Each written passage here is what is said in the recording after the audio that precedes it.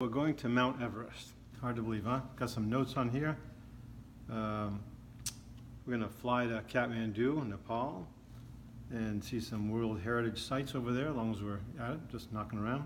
You know, some shrines and stupas and bazaars, that kind of stuff.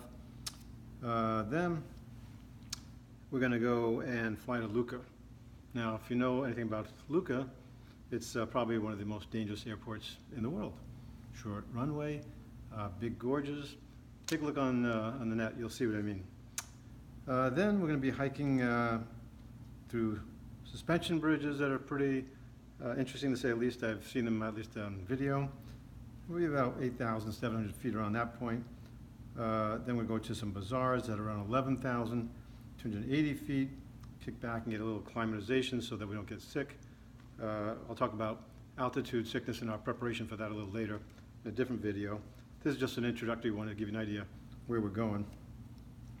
Anyway, then we go early in the morning to hike up to base camp, which is about 17,594 feet, and then back down again.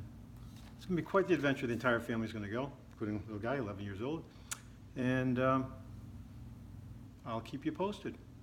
See you for now. Bye-bye.